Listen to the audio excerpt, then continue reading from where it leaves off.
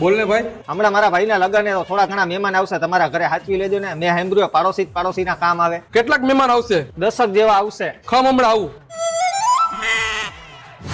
તમારા ઘરેથી કંકોત્રી આવી છે, એમાં લખેલું છે કે એક વ્યક્તિને જ આવું, અને તમે 10 મહેમાન અમારા ઘરે મોકલો છો. ઈ મહેમાનને હુવાની વ્યવસ્થા કરી દેવાની, નાસ્તાની વ્યવસ્થા કરી દેવાની, સંડાસ બાથરૂમની વ્યવસ્થા કરી દેવાની. આમાં તું હમણાં એમ કહેતો હતો કે પાડોશીને કામ આવે. કંકોત્રીમાં એક જણાનું નામ લખશો ને તો તમને તમારા હગાવાળાએ કામ નહીં આવે.